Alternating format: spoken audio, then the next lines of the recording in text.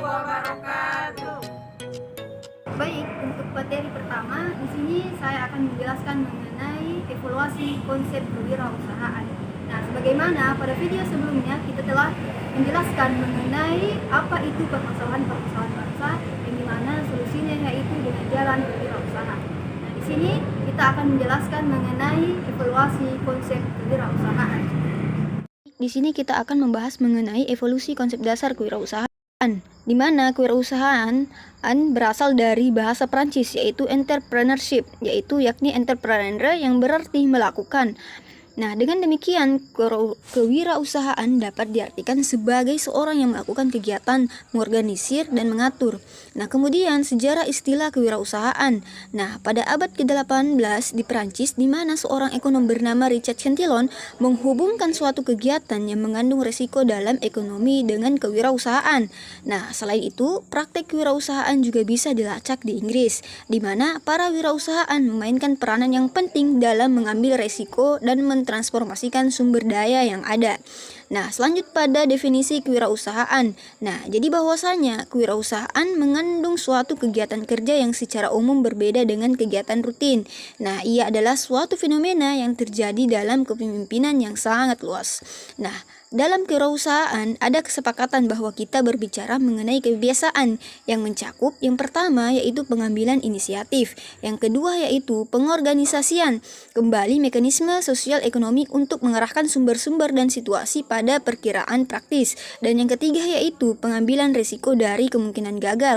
Kemudian selanjutnya yaitu bahwasanya saat ini wirausahaan dipandang sebagai inovator dan atau seorang pembangun yang mengenal dan menangkap kesempatan, merubah kesempatan tersebut menjadi gagasan yang layak untuk dilaksanakan dan akan mempunyai pasar, memperoleh nilai tambah, uang, usaha, atau keterampilan setiap waktu.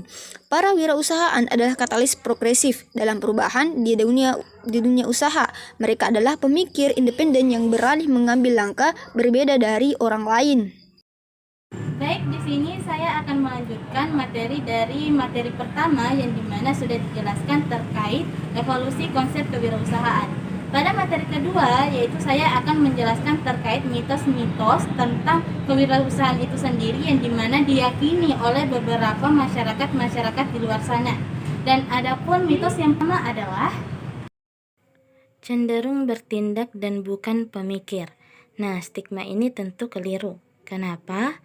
Karena seorang pengusaha tentu harus menyusun suatu strategi agar usaha yang dibangun bisa memberikan keuntungan. Kemudian yang kedua yaitu bakat yang dibawa sejak lahir. Nah, ini juga keliru sebab menjadi seorang wirausahawan itu ditentukan oleh keinginan dan usaha yang kuat. Yang ketiga, penemu hal baru. Tentu ini juga termasuk mitos. Kenapa? Karena sebagai seorang wirausahawan tentu tidak perlu menemukan sesuatu hal yang baru asalkan dia mau bekerja. Yang keempat, cenderung gagal di sekolah maupun dalam pergaulan sosial. Nah, ini juga keliru sebab banyak yang saya temukan seorang wirausahawan itu banyak yang tidak gagal di sekolah, malahan ia terkenal di lingkungan sosialnya. Kelima, dipandang memiliki ciri-ciri tertentu. Padahal menjadi seorang wirausahawan itu tidak harus kaya ataupun orang yang memiliki banyak uang, sebab menjadi seorang wirausahawan itu tentunya ada keinginan. Nah, kemudian selanjutnya ada juga yang beranggapan bahwa seorang wirausahawan itu hanya tertarik dengan uang, keberhasilan bergantung pada nasib baik dan buruk, ketidaktahuan adalah berkah bagi kewirausahawan, lebih banyak wirausahawan yang gagal dibandingkan yang berhasil. Kemudian pengusaha bersifat untung-untungan. Nah, tentu semua stigma ini salah sebab menjadi seorang wirausahawan itu nasib baik dan buruknya itu ditentukan bagaimana usaha dia, kemudian keuntungan itu tergantung juga kepada usaha yang dilakukan, apakah ia melakukannya betul-betul bekerja keras atau tidak. Nah, itulah tadi beberapa mitos-mitos yang beredar di masyarakat terkait mitos kewirausahaan. Nah, jadi untuk materi yang ketiga yaitu terkait pendekatan konsep kewirausahaan. Nah, di mana pendekatan konsep kewirausahaan di sini yaitu terbagi menjadi dua. Yang pertama yaitu pendekatan makro dan yang kedua yaitu pendekatan mikro. Nah, untuk penjelasan yang pertama yaitu pendekatan mikro. Nah, pendekatan mikro ada beberapa faktor. Yang pertama yaitu pendekatan lingkungan. Pendekatan atau cara pandang ini terutama berkaitan dengan berbagai faktor dari luar yang berpengaruh terhadap pola hidup seorang sehingga menyebabkan dia memiliki potensi atau tidak memiliki potensi untuk menjadi seorang wirausahawan. Kedua, pendekatan keuangan. Pendekatan ini terutama memfokuskan perhatian pada proses penanaman dan menumbuhkan modal atau uang. Kemudian yang ketiga yaitu pendekatan perpindahan, yaitu cara pandang ini didasarkan pada fenomena kelompok. Selanjutnya pendekatan mikro. Nah, pendekatan mikro ada beberapa faktor. Yang pertama yaitu ciri-ciri. Banyak penelitian telah dilakukan untuk menemukan ciri-ciri umum wirausahawan yang dianggap berhasil. Kedua, pendekatan peluang. Usaha pendekatan ini memfokuskan perhatian terhadap masalah peluang dalam tumbuhnya kewirausahawan. Kemudian yang terakhir yaitu pendekatan strategis. Pendekatan ini menekankan peran penting proses perencanaan dalam pengembangan usaha yang sukses. Baik, karena tadi sudah dijelaskan oleh pemateri kedua tentang pendekatan konsep kewirausahaan, di sini saya sebagai pemateri ketiga akan membahas tentang pendekatan tahapan pertumbuhan kewirausahaan. Nah, tahapan pertumbuhan kewirausahaan itu ada 4. Yang pertama yaitu tahapan gagasan atau inovasi. Yang kedua yaitu tahapan munculnya unsur pemicu. Yang ketiga yaitu pendekatan implementasi, dan yang keempat yaitu pendekatan tumbuh. Saja yang pertama yaitu tahapan gagasan atau inovasi. Nah, di sini faktor yang mempengaruhi yaitu yang pertama adalah pribadi, di mana pribadi terbagi berapa, yaitu yang pertama keinginan mencapai sukses, yang kedua kebebasan mengatur diri sendiri, yang ketiga toleransi terhadap situasi mendua, selanjutnya kesediaan menanggung risiko, selanjutnya nilai yang dianut, pendidikan, dan pengalaman. Selanjutnya yaitu faktor lingkungan, di mana 3 hal yang mempengaruhi pada faktor lingkungan yaitu peluang, yang kedua role model, dan yang ketiga itu kreativitas. Nah, selanjutnya yaitu yang kedua yang mempengaruhi yaitu pada tahapan munculnya unsur pemicu. Nah, di sini ada beberapa yang mempengaruhi, di mana faktor pertama yang mempengaruhi, yang pertama yaitu faktor pribadi. Di sini faktor pribadi yang mempengaruhi yaitu yang pertama keinginan mencapai sukses, kebebasan mengatur diri sendiri, toleransi terhadap situasi mendua, kesediaan menanggung risiko, nilai yang dianut, pendidikan, dan pengalaman. Selain itu, faktor pribadi lainnya yang menjadi unsur pemicu yang pertama yaitu kesediaan menanggung risiko, ketidakpuasan dalam pekerjaan, kehilangan pekerjaan, pendidikan, agama, jenis kelamin, dan keteguhan atau komitmen. Selanjutnya faktor yang mempengaruhi yaitu faktor lingkungan, di mana faktor lingkungan yang mempengaruhi yang pertama yaitu peluang, selanjutnya role model, dan selanjutnya itu kreativitas. Nah, bukan hanya itu, di mana faktor lingkungan yang lain ialah tingkat persaingan, ketersediaan sumber, inkubasi usaha, dan kebijakan pemerintah. Selanjutnya, faktor ketiga yang mempengaruhi yaitu faktor sosial. Nah, di sini ada 4 macam yaitu jejaring pergaulan, kelompok, orang tua, dan keluarga. Selanjutnya, kita masuk ke tahapan yang ketiga yaitu tahapan implementasi, di mana ada 3 faktor yang mempengaruhi pada tahapan implementasi. Yang pertama yaitu faktor sosial, di mana yang mempengaruhi yaitu jejaring pergaulan, kelompok, orang tua, keluarga, dan role model. Selanjutnya yaitu faktor pribadi, di mana yang mempengaruhi yaitu kewirausahaan, pemimpin, manajer, keteguhan atau komitmen, serta cara pandang.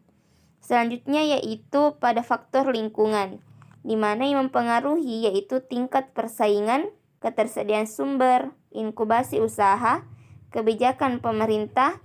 Selain itu, pada faktor lingkungan juga yang menjadi faktor yaitu yang pertama pesaing, pasar atau konsumen, pemasok, pemodal, bank, dan hukum. Selain itu juga ada ketersediaan sumber serta kebijakan pemerintah. Nah, selanjutnya kita masuk ke tahapan terakhir yaitu tahapan tumbuh, di mana ada 3 faktor yang mempengaruhi. Yang pertama yaitu faktor pribadi, di mana yaitu faktor yang mempengaruhi yaitu kewirausahaan, pemimpin, manajer, keteguhan atau komitmen, serta cara pandang. Selanjutnya yaitu faktor lingkungan, di mana di lingkungan terdapat pesaing, pasar atau konsumen, pemasok, pemodal, bank, hukum, ketersediaan sumber, serta kebijakan pemerintah.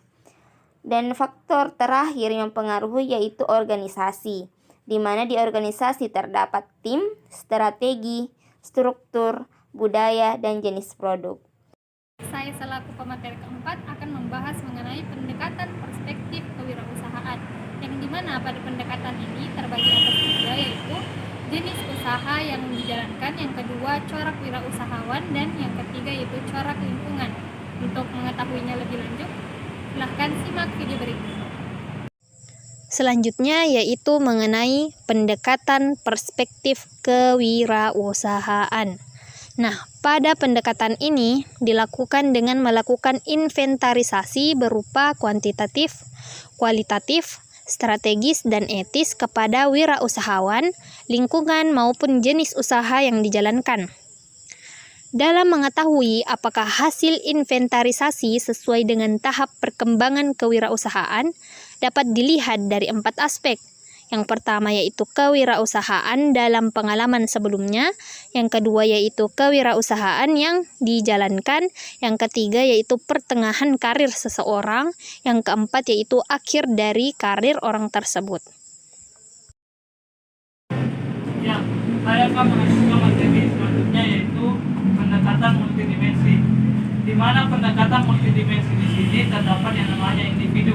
Nah, di mana individu di sini terbagi lagi menjadi 2, di mana yang pertama lingkungan, yang kedua organisasi. Ya, di mana lingkungan dan organisasi ini memunculkan yang namanya proses.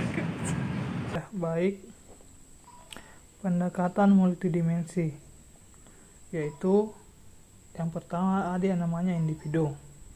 Nah, individu di sini adalah keinginan mencapai sukses, kebebasan mengatur diri sendiri, kesediaan menanggung risiko, kepuasan kerja, pengalaman kerja sebelumnya, atau pendidikan.